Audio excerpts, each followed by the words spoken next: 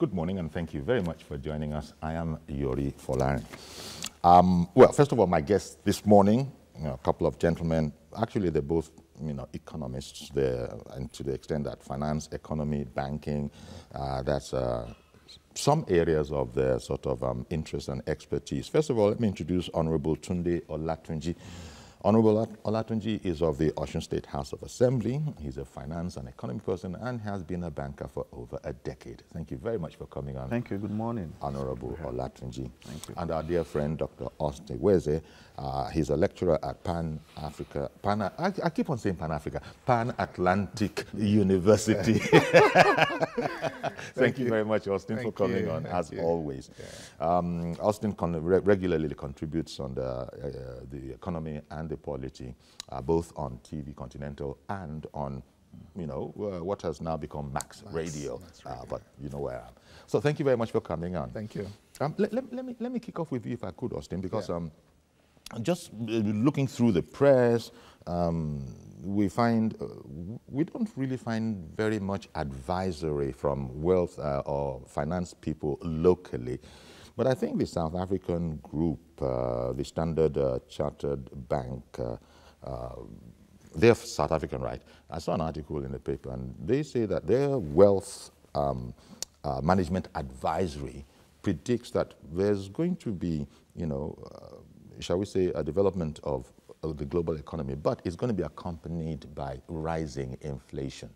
Now, first of all, maybe I ask your opinion on that. Yes, a bunch of experts, they were wealth management advisory.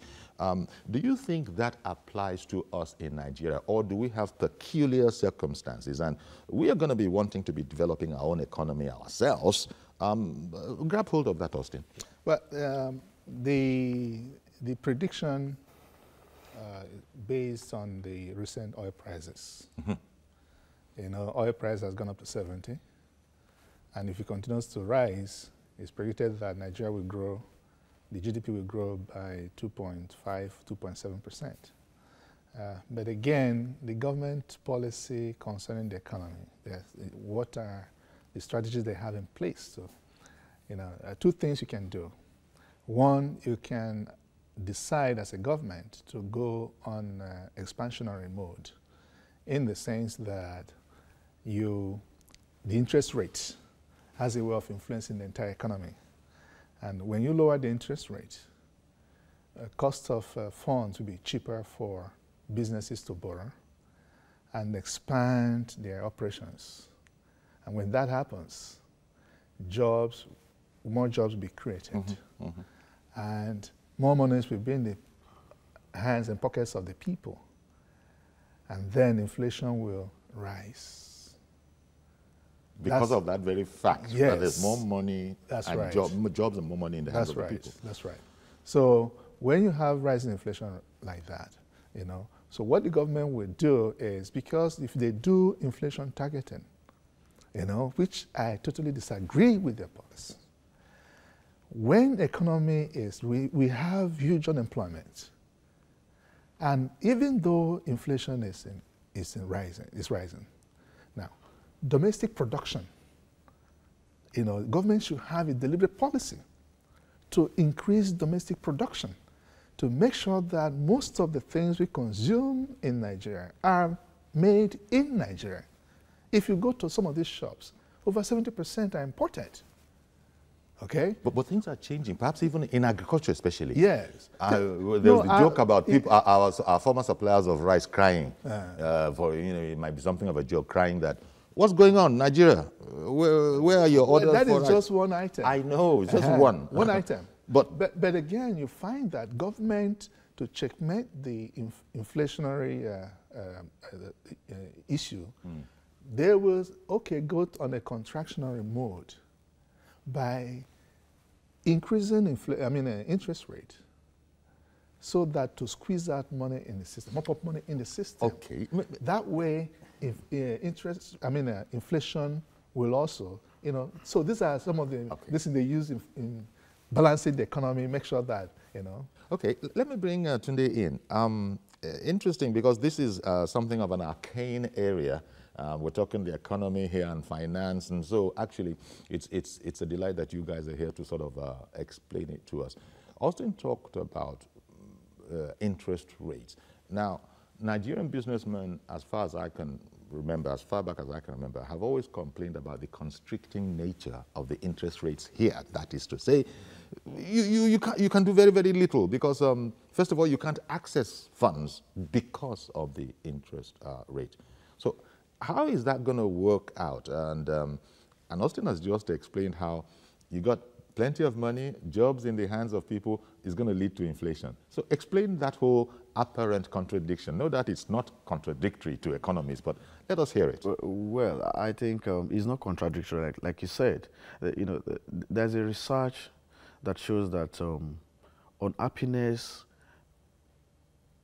when you have inflation is not as significant as when you don't have a job, which means there's a higher degree of unhappiness that is tied to unemployment than what is tied to not having a job. And that is a 45 years research between 1960 and 2005.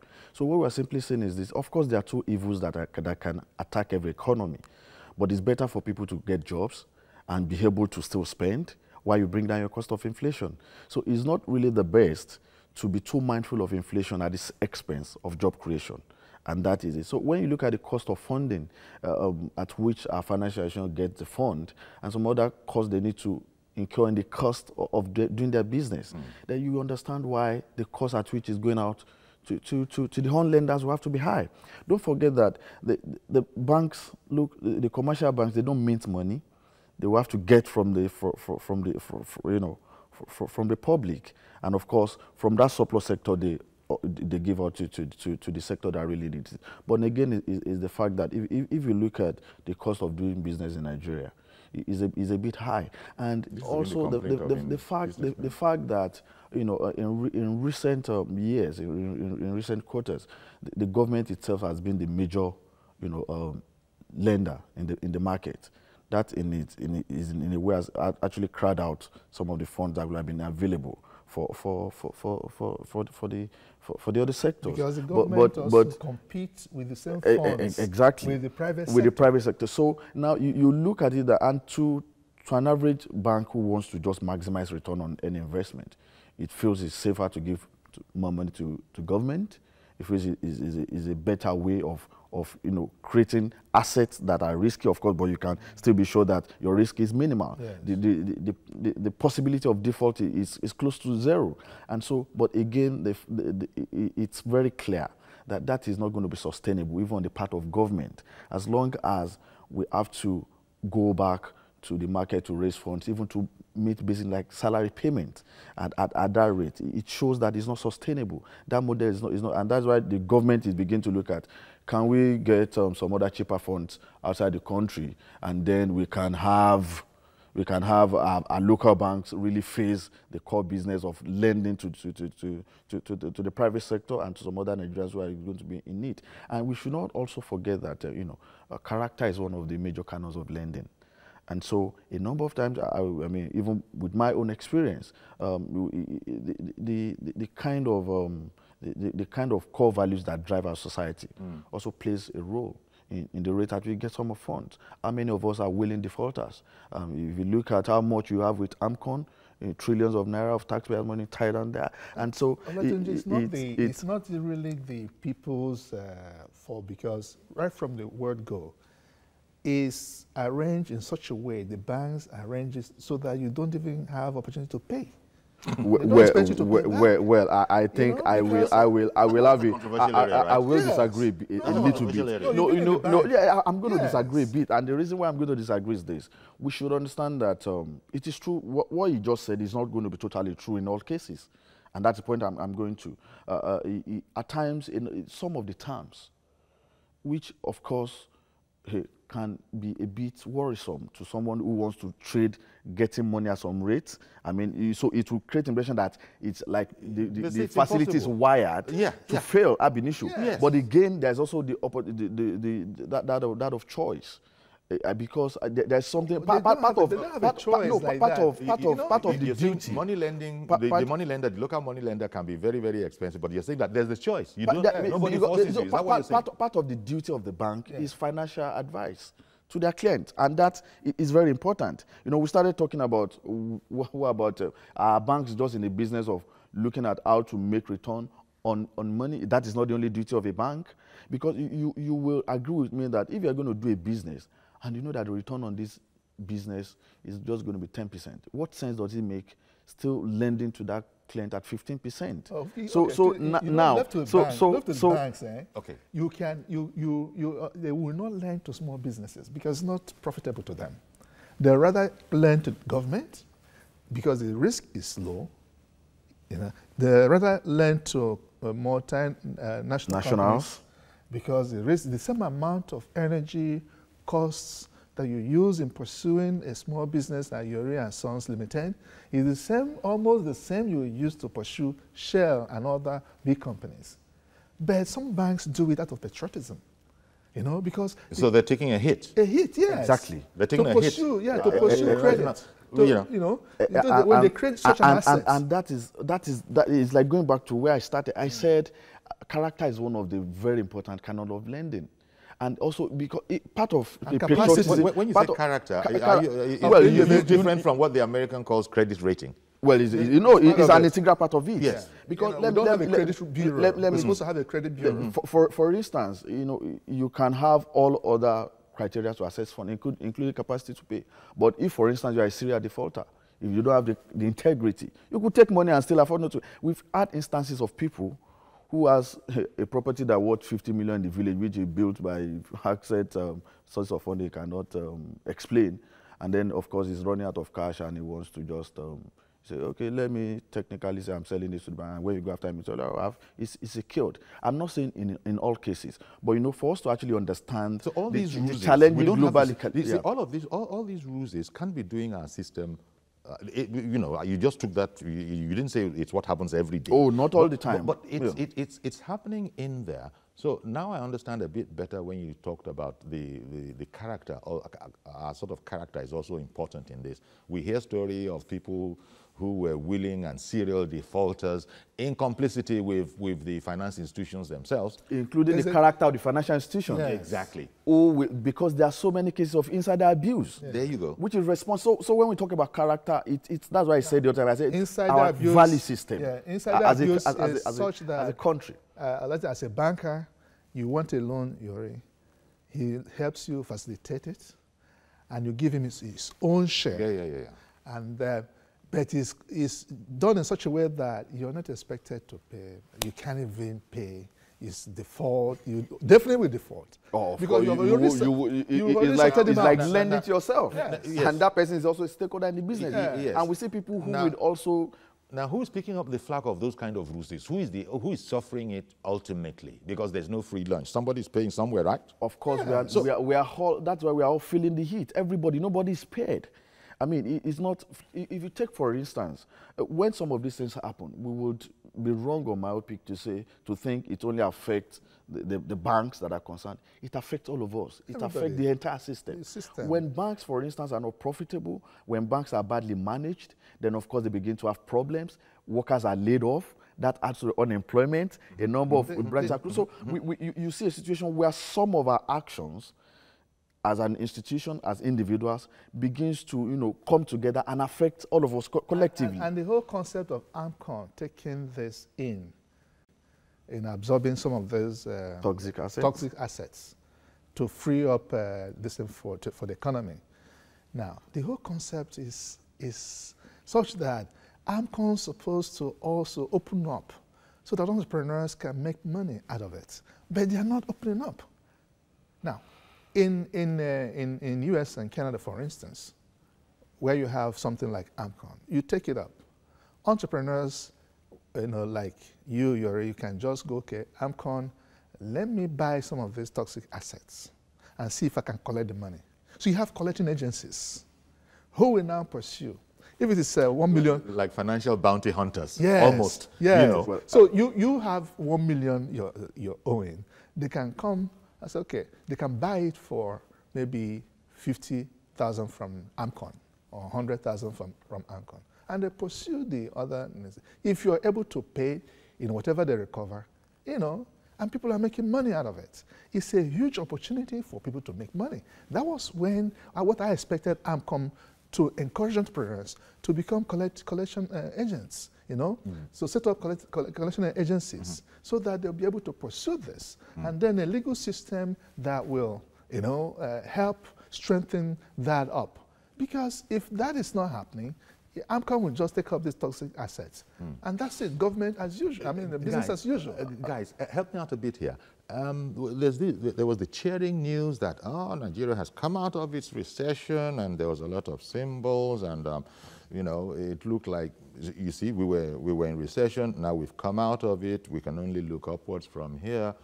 I don't know, during the recession and when we've come out of the recession, I'm not too sure that the ordinary Nigerian, because at the end of the day, that's the base, the widest part of the pyramid, I'm happy you mentioned that. So they don't know anything. It doesn't, anything that does not affect the common man positively on the street, Now, the recession that I got to hear from the Honorable because he's been speaking for quite a while. Okay.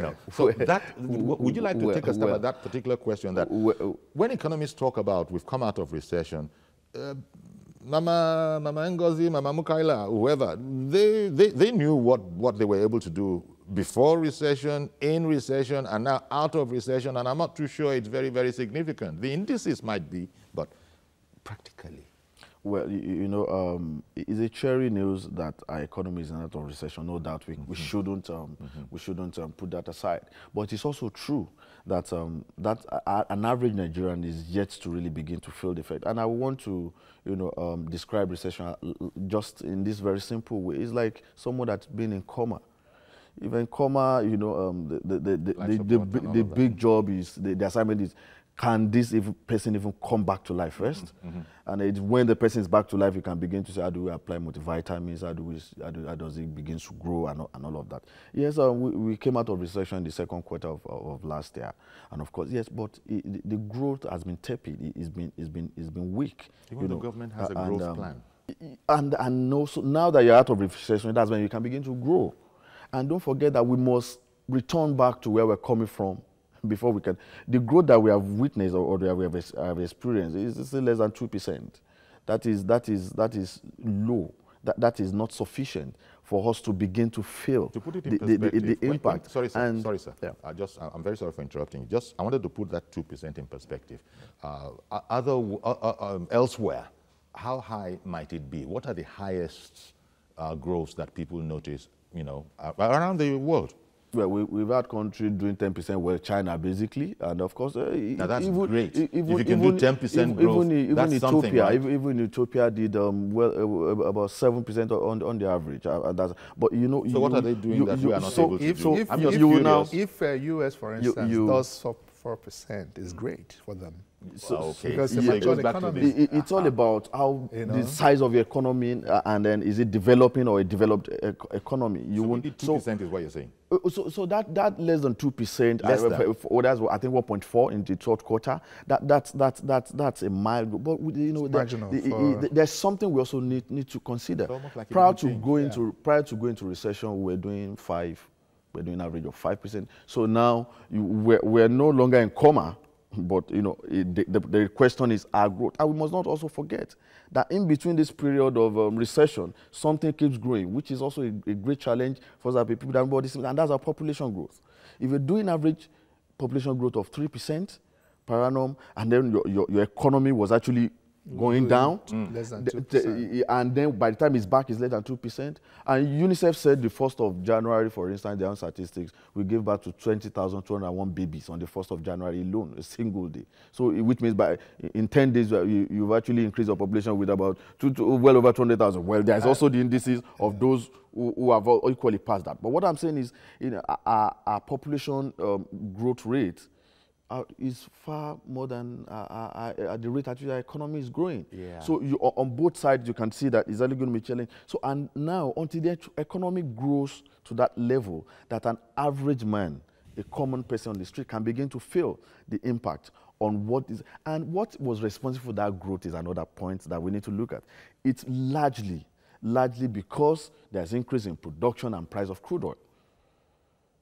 So you agree with me that it is still until the economy, yes, there's growth in the area of agriculture, manufacturing also had a boost, but it is not sufficient to meet the needs that we have as a people and the kind of growth that is expected for us to begin to feel the impact of the economy on our lives. But the very population, the Nigerian population, just like China, I think China has 1 billion now. Anybody to be in business, 1.5. You have to, as I hear people say, you have to be in China. There's no such thing as not being in China. Now, there's a sense in which Nigeria, too, our population is a strength, and businesses, whatever else they've heard about us, do not shy away from Nigeria. Why? Not so much because we're handsome, we're happy people, that might also be there, but it's because of the numbers. Not only the numbers, alone. EU, European Union, yes. They are bigger than US. One moment, please. Yes. Just hold that idea. I'll come back to it. EU bigger than the US. Yes. Mr. George, good morning, sir. Good morning, Uncle Yori. Thank you very much for calling in. And good morning to your panelists. Yes. Good morning. Good morning.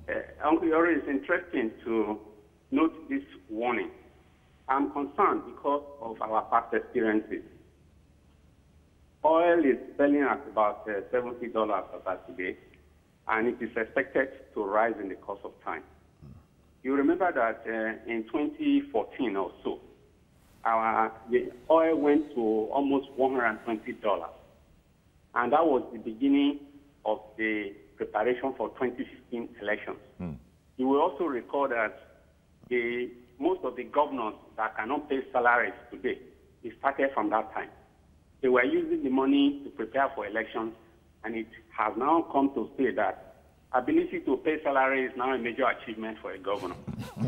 But the president we have today is somebody that does not play around with money. Now that we are expecting more money from oil and we need to control inflation, my suggestion is that the chairman of the economic team, which is the vice president, this is the right time for him to begin to strategize with his team. Let the money not go into private pockets like he did. You see one minister with billions of dollars in her account. Let it be considered. The critical infrastructure of Nigeria that are decaying. This is the time for them to strategize on where this money will go when it comes. Not when it comes, we put it somewhere until somebody has stolen it. This is it's just an advice, I think, okay. to consider now. Thank you very much, Mr. George. Planning, right? Yeah. Planning. Yeah. Planning. Now, I think I'll comment on that, but let me finish yes, EU-US. Yeah, about the size of the economy. Now, the EU is bigger than the US, size-wise, population-wise. But the US market is bigger than EU. Why? Appetite to consume. US, the whole world is working for US. The US is using the world monies to consume, to take care of their, their heavy appetite. But the good news for the US is that they're also producing. Domestic production is also rising, which is different. Nigeria, we have huge appetite to consume. That's why Nigeria's market, not just the population, but we're not producing. We love to consume what we cannot produce. And we have appetite for what we are not producing. Now that you use that particular example, you notice that in the US, you see foreign businesses moving production into the US when this thing is becoming too much. And because Reagan made a policy when he was president, the late Ronald Reagan, sorry about that, no problem. with the Chinese, the Japanese especially, to increase their own business. Okay, you can only bring 600,000 cars per annum. But they said 600,000 is too small. The whole of Japan, they now went into strategic alliances with US car makers, which gave rise to the cars where we have to your beautiful car, Lexus that you drive, and all that. So those are some of the things that they in fact, did. so much so that there are some models that are in the US, Toyota, for example, just taking one brand, that are not in Japan. At all. You know, because I think the Celica is like that, you know, that kind of a thing. But it's also important to know that if you compare US and the, we can safely say that US is responsible for a quarter of the world and the GDP. Yes. The GDP. So, but you know, the point remains this: if you have an asset and it's not properly managed or used, it can become a liability. Okay. So when we talk, I'm going to come back to you because I know I interrupted something. Bond, as in money, but bond in Port Harcourt. Yeah. Good morning. Hello. Good morning, Bond. Good morning. Is it James Bond? No, Isaac Bond. Isaac Bond. You're very welcome. Hello, good morning. Good morning, sir. Yeah, my name is Bond. I'm calling from Port Harcourt. Please go ahead. Can you hear me? We can hear you. We'd like to hear what you want to say. All right, please. Thank you very much. This program is really speaking the minds of Nigerians. One major problem we have in this country, sometimes I wonder if our leaders are ignorant of our problems. The truth is this. My honorable friend is talking about economic growth. That our population is growing faster than the economy. And that is not even the problem. The problem here is that the government has failed to put the necessary facilities on ground. I mean, I'm talking about the basic amenities. Because every common man on the street, they want, Nigerians are hard workers. Now, they just want to do something on their own. But you look around you, there is nothing that encourages you to stand on your own. What we need is individuals to grow this economy. We don't need government. We need private investors, individuals to grow the economy. Now, if I'm doing something, you're doing something, and my other brother is doing something, we don't have to depend on the government. The economy will boom. But we don't have power. We don't have the necessary, basic amenities to do these things. So where are we going to start from? You'll agree, Mr. Bond. You'll agree that there are continuing efforts in power. We might not be anywhere near the promised land yet, but there is unceasing work on the whole matter of power. Yes, thank you very much. But my problem is this. Right from the time of Obasanjo,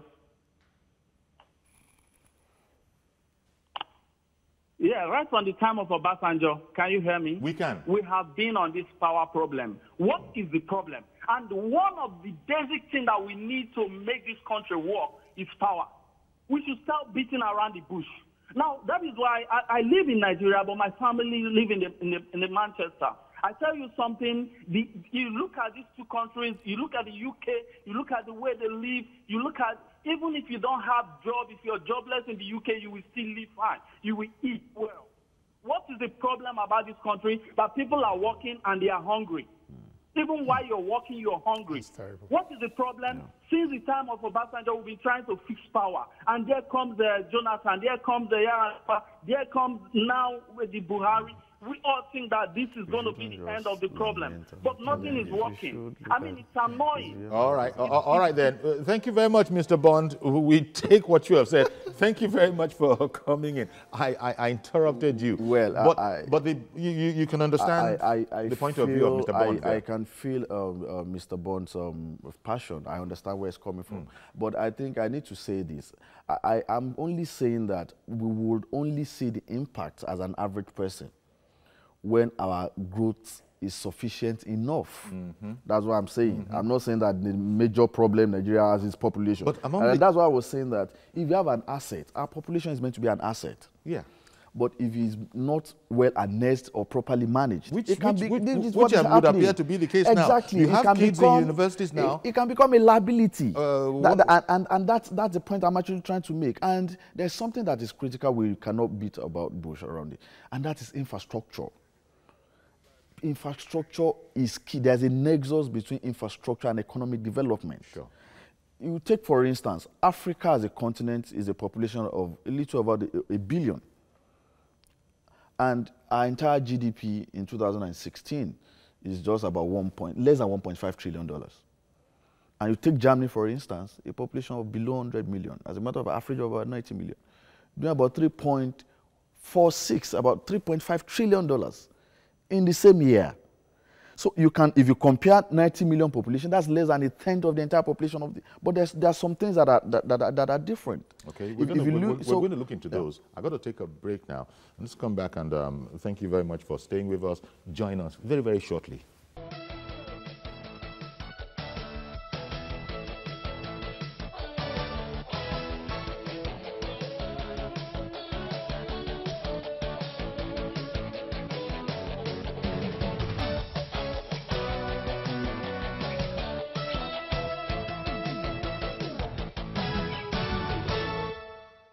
Carefully planned out. Welcome back. So we're having this conversation on really the economy, so to speak, and the problems with economic growth, especially as it's being predicted that it's going to come. You know, that's the outlook for 2018. But with inflation, which could then, if you don't handle it carefully, wipe out whatever gains have been made there. Now, the other point I remembered as we were going, following from Mr. Isaac Bond's call, was that, look, our kids here, one of the things he was sort of advocating. Our kids here, I think I remember one university, and maybe there are many more, Covenant University, it likes to release what it calls Eagles, that is their graduating students. We hope that they are not, they would like in an ideal case scenario not to go out there and become salary earners. If at all possible, they want a large portion of them to become owners, you know, employers of labor. In other words, start something along the lines of Mr. Bond. In the circumstance that you gentlemen have already described, I wonder how easy it's going to be for those young men and women. Well, one is to go out there, without having anybody in Abuja who is going to, you know, just going out there on your own intelligence. When they get out there, they need to be mentored. Okay. They need to be mentored. They need to understand. I was taking all of that for granted. Assuming even having been mentored, haven't been mentored. The environment, the working environment. Exactly. Let me say this. In anything that you do, one of the major components of manufacturing and all that, and every other thing that we do, is power. Power constitutes between 65 and 85% of manufacturing components. So if we ain't fixed that, we have a long way to go. You can compete cost-wise. One moment, let me bring in Divine. Divine has come on the line from Apapa, I believe. Good morning, Divine. Yeah, good morning, Chief Yori. Thank you. That's the new one. Thank you very much for calling in. Go ahead, please. Yeah, Chief Yori, I want to say that the issue of our economy depends on our hands. Yeah, can you hear me? The issue of our economy is... What did you say?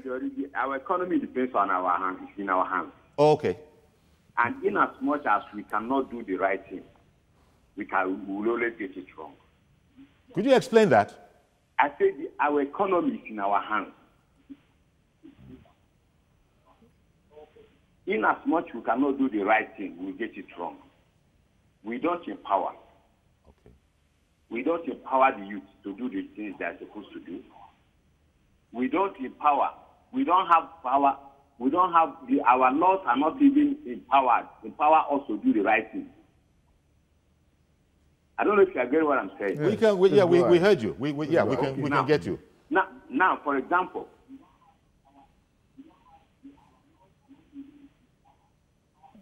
I think we're... Look, Mr. Divine, I think you're listening to the echo, and that's giving us a problem. Just speak on, please. Okay, because when the law has not been implemented, there's no way we... Okay, sorry, Divine, I think because of the satellite, there's a delay whereupon you hear what you said earlier. Unfortunately, you're taking time to listen to the beautiful point you just finished making instead of just continuing. But see if you can get in again, and if you do, just speak on and ignore the echo.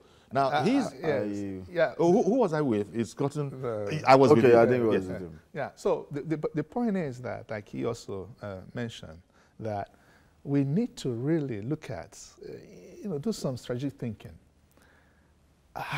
Begin to build an economy based on the industries. Look at the different areas, where they have, the competency, competitive advantages within Nigeria. We begin to make policies. It's also about policy choices that we make. Now, first of all, if we are serious about building and industrializing Nigeria, we need to begin to look at, have a raw material base.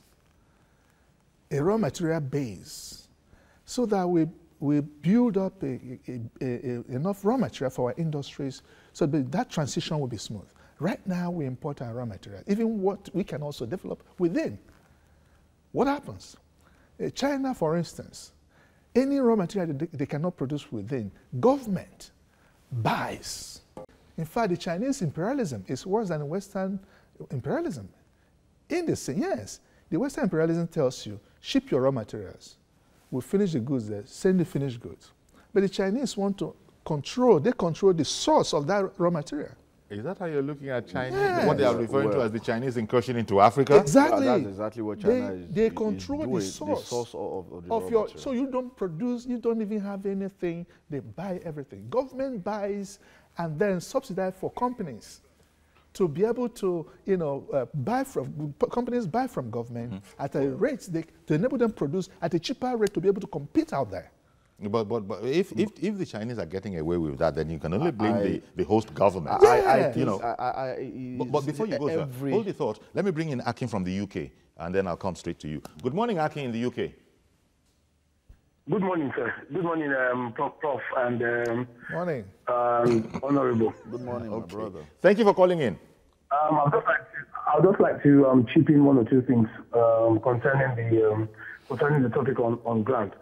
There's an adage in economics that says that necessity is the mother of invention. And it's also apparent that any country that will develop must also have the manpower for economic development. That's right. Our production possibility frontier, Professor would understand what I'm talking about, is minimal compared to what is expected for economic growth. How do I mean by that? In terms of the level of economic development right now, technology seems to be the motivating factor for any economy to grow. Now, the biggest problem in Nigeria is that we are consumers of technology. We are not developers of technology. So that means that we only move at the pace of other people who develop technology, because we are not developing that technology ourselves. So one way is that we are stuck. If technology does not develop, we don't develop because we are consumers. Number two, the diversification program of this regime is out of place. I don't think they understand what it means to diversify. Agriculture is not what we need to diversify on, because we already have agriculture in place. What we have forgotten to do is that most of the economy, especially when we are talking about transitional periods, you find out that there's what you call the merchant class. It is the merchant class that has money, not the government. And if you don't give them the impetus to invest their money within an economy by putting policies in place, nothing will happen. They only use their money to import. Let me give you a typical example. There was a time when Dangote was a massive importer of sugar, of salt, of oil, and all those things. Now he has brought his money back to invest his money. How many people in his category who did those things are doing the same thing as he's doing? The only template that Dangote is using is because it is favorable to him. It might not be favorable to other people who have money.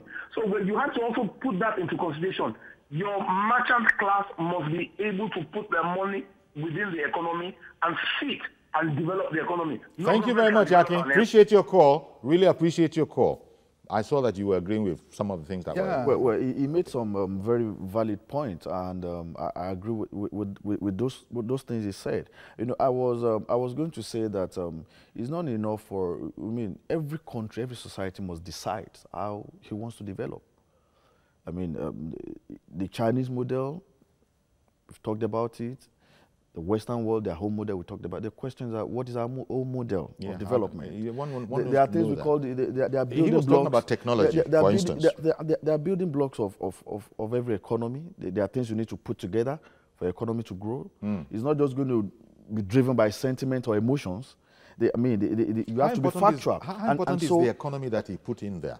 Because you don't need me to tell you that India, for example, when it comes to technology, you know, they're just going, you know.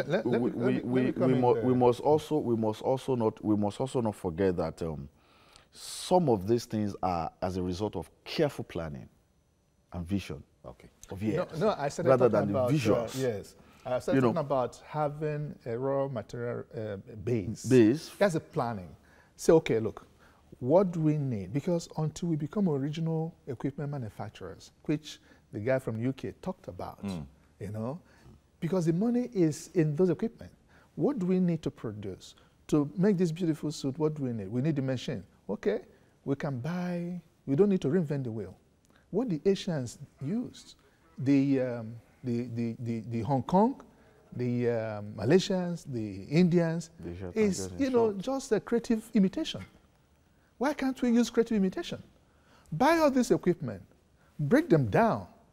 What are universities? Which they say is what China did in the beginning. Yeah, in the beginning. You know, Japan too. In the beginning, those are the buy radios, take it apart, and figure out how to put it back together better. So everybody must decide the vision which is going to run. Okay. And these are years of planning. Maazi Okoroafo, good morning. Good morning, our guests in the studio. Good morning. See, Sayori, our guest, Nigeria is a country where the country specializes in consuming. That is to talk about 70%. We specialize in consuming, then 30% into production. Now, how do you assess such a situation? If the opposite will serve, it is better for us. Now, you ask yourself, Nigerian elites, can they come into this Nigeria invest instead of running to other countries to invest? This is our major problem we are facing. Now, when we talk about China, I laugh when people, everything is capitalized China. Now, do you know that technology is something that you cannot transfer technology? There's no way. You can't transfer technology. Yes, Mr. Yori has said you're doing this job. Now you see, it takes you pains to sit down, crack your brain. That is your own technology. To do what? To make sure you sell out this program to people. Now that is your own technology aspect of what you're doing. So that is the problem that we cannot, yes, there's no way we can transfer that you stay. When these people come, I expect our people going down, walking around the people to stay. Follow that pattern they are doing this and see that technology, put into that, and come back their own and settle that and do them. That is how to move. Now, look at there are other what we talk about environmental factors, economically, demography, socially, politics, and the rest. Name them. Now, what are these factors? Are we looking into this? It's not a question of we sell oil at 20 million per one barrel. At the end of the day, we will not see the usefulness of the money. Thank you very much. Have a pleasant day in England. Thank you very much. Even the oil, even the oil sector he mentioned. Sorry, please. The oil sector he mentioned. Yeah, but just the oil sector he mentioned before I forget, because he made a point there about oil. We are not playing deep into the oil. It's being controlled by foreigners. The technology, we are not even. We have to depend on the foreign to import this technology and all that. So we need to play deep in by, you know, manufacturing this. Nobody transfers anything. You have to. Akin in the UK was saying he used, for example, Dangote started out how he started out famously, but now a lot of manufacturing is going on here. It's like, did you want to comment on that? He says that if more Nigerians, mega, super, ordinary, were doing that, things will be different. Do you buy into that? You know, I talked about something. I said Nigerians naturally we're consumers, and we seem to be more interested in consuming even things we are not producing. It's not every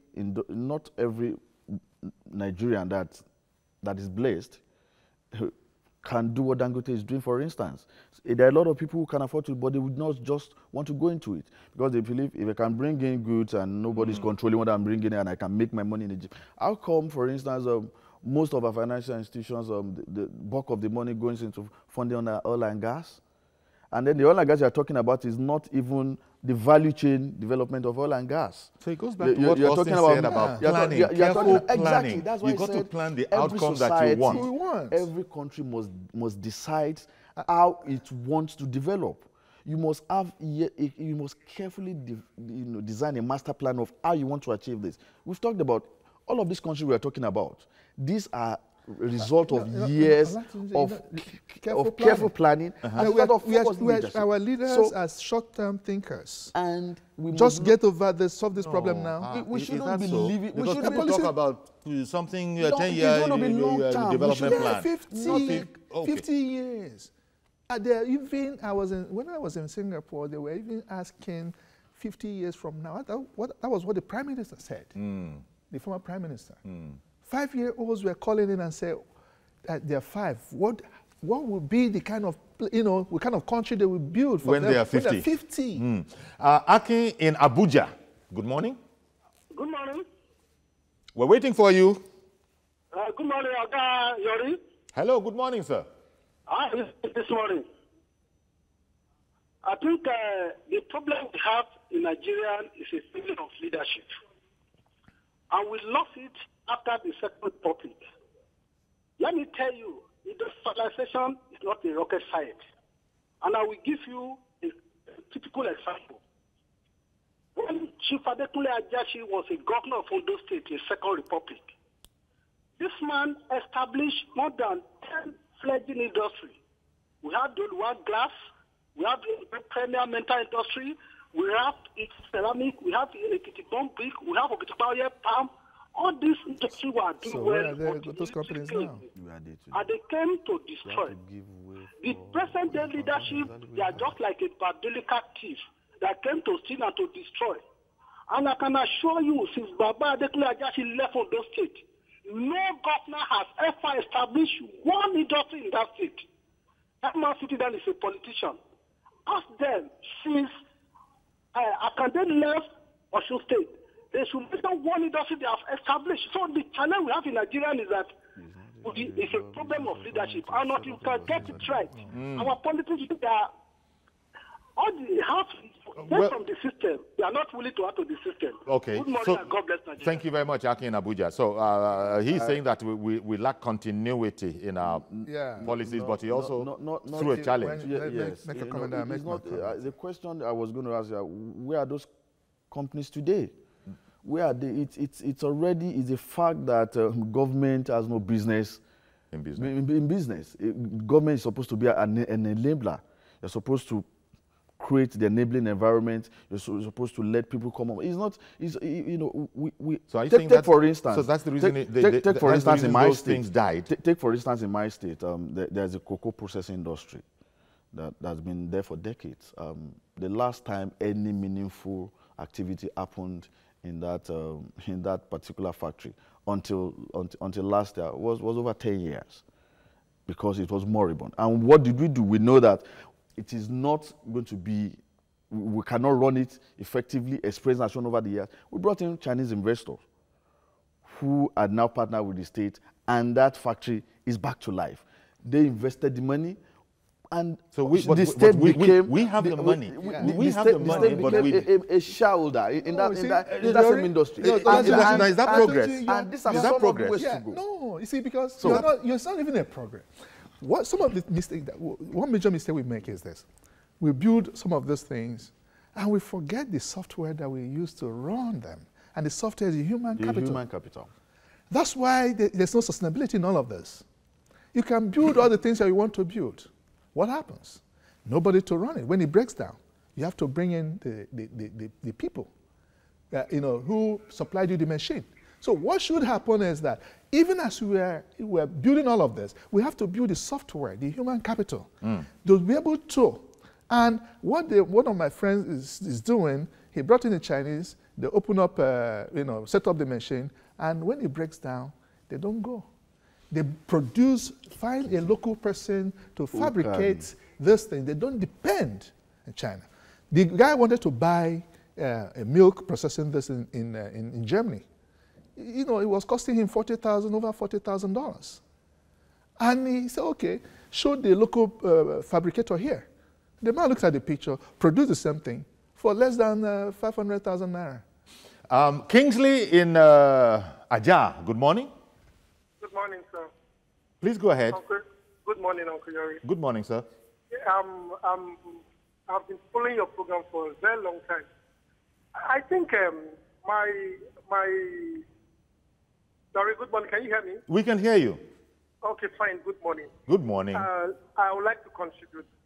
My problem with the country, I've sat down to observe our country, their country, and I've found out that we're just a share of so many other countries. Can you hear me? We can hear you. Okay, fine. We're just a shade of so many other countries, so many other economies, so many things plays out in Nigeria. So we're just confused. We'll go today, we'll look like China. Tomorrow we're like Europe. Tomorrow we're looking like America. Identity crisis. Identity crisis. Definite structure or definite plan as a country, as a nation that we want to focus on and pursue. So today you're like a China economy, tomorrow you're looking like an American economy, tomorrow you want to look like Indonesia, then tomorrow you're looking like Taiwan. So I think we should have, as a country, we should have a focus on what this country stands for, what we want to do, a definite thing, then we'll build towards that area. Okay. We want to develop our technology, we train people, okay, this is the direction we want to go technology-wise. Then the government should put everything inside and develop technology. If you want to go agriculture, fine. Then you do this. This is not like today we're like China, tomorrow we're like Indonesia. Okay. Okay. Thank you very, very much for calling in. Really appreciate your call. Now, we're running out of time. The development identity crisis. Is it true that we have that? No, but yes, we do. We really do. We really do have a development identity. We don't know. In our politics. Okay. In our politics. In our politics, we have a crisis, identity crisis there. And that's why I keep... Even in our politics? In our politics, yes. So we need to have a homegrown, take care of our heritage. There are some industries that they go Smith, for instance, you know. So how do we improve? How can they improve it? They'll be thinkers. Any society that does not have a critical mass of thinkers and philosophers, it's difficult for that society to develop. So ultimately, it's going to come back to this whole matter about our national orientation. Yeah, what is our national psyche? Well, do we think as Nigerians, is there a Nigerian way of thinking, which, and not meaning it negatively? Because that's what people are saying. One time you want to look like Singapore, the other time like China, the other time like US. Thank you. I understand what you're saying. Really, to close now, what do you, talking about the identity, the development identity crisis? Well, I think as a country, as a people, we must decide where we want to be and what we need to look like. I mean, it's not enough for us to copy some other nation, and every nation should decide what it wants to become, and including what our economy should look like in years. And that's why we said the other time that it's going to be as a result of years of careful planning. And in the course of doing this, everybody must come together. And that's why our core value system is key. It's critical. When we talk about Nigeria, what readily comes to mind? What do we want to become? What do we want to achieve? What are the things we need to put in place to achieve those things? But that's what the economic think tanks are working on. There are economic think tanks, right? Of course, and again, you know, we must also know that our infrastructure are key to some of these things. Okay, infrastructure are also as a result of years I understand. We're going to squeeze in. There's a UK caller. Good morning. Yeah, hi. Tunde in the UK. Yeah. My name is Tunde. Tunde. Okay, sorry. We know it as Tunde, but Tunde, go ahead. Tunde, okay. You see, the most important thing in business, right? You have to realize that a lot of the laws are made by these people in the National Assembly. And if none of them run a corporate business, they will not have an idea, or they will not make laws that will suit other people. That is the bottom line. Because if those people run business, they will be able to put in motion rules, laws. You know, when we hear even foreigners coming into Nigeria... Sorry, Tunde. Forgive me, Tunde. I got to let go of you now. We've completely run out of time, but you made the massive point that people in charge of laws that will regulate our conduct oftentimes don't know anything about that which they want to regulate. That is the truth. It's not That's even law why for us we to have want people like you, it, who coming from your background from the private sector and all that, being there, making laws that are business friendly. We need a critical mass of people like you in the assemblies, state and federal. And in addition to the laws we're going to make, which I agree are very important, because what a man does not have, he cannot give. Some of these things will But somehow these people find themselves in the way of power. So again, it's that when we make laws, we must also ensure that those laws are enforced. India has the most voluminous constitution in the world. Province of Monaco has the least, the smallest. You compare those two countries, you can see the difference. The same thing with Nigeria. We have a lot of laws that we have made and we are not enforcing. And that is also in the area of ensuring there is a good synergy between the lawmaking and the enforcement of law in executing those laws. So all of these things are the things that will come together, that will give us, and we must also... Well, we have laws, but impunity goes side by side with those laws. You know. Exactly. So these are things for us to really worry ourselves about. One senator was interrogating the former governor of Central Bank, Sanusi Lamido Sanusi. He said, explain why you said that the National Assembly consumed 25% of the budget. Even though he said, I don't understand budget. You see, how can a senator not understand budget? And you're supposed to... The budget is a law. It's a law. So how do you make law? What you don't understand? Yeah, but why are you guys saying this? You know how we do.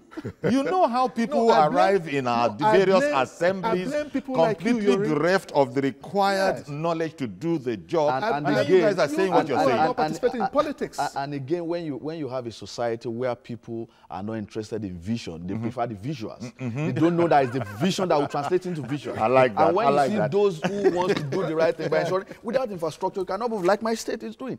Put up infrastructure. Somebody will question, why would you want to spend so much on infrastruccture? And because we believe that we must just survive on what we get from the federalism agreement that we have, which is not sustainable. I explained that in my book. Of course. I explained that in my book. The experience in my state has shown that within that space of time, what the infrastructure investment we have done in state has been able to translate into economic development and growth. Economics of leadership.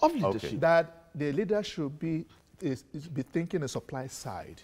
Okay, we completely run out of time. Maybe let's just hold that leaders need to be thinking of what you refer to as the supply side of economics. Yes. Well, thank you, gentlemen.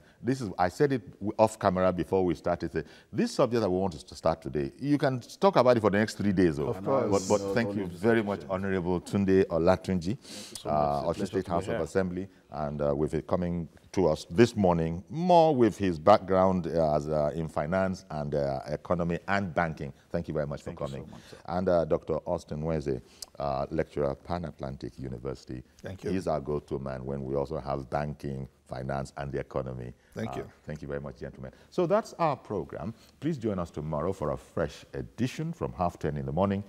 I'm Yori Folarin. Bye-bye for now.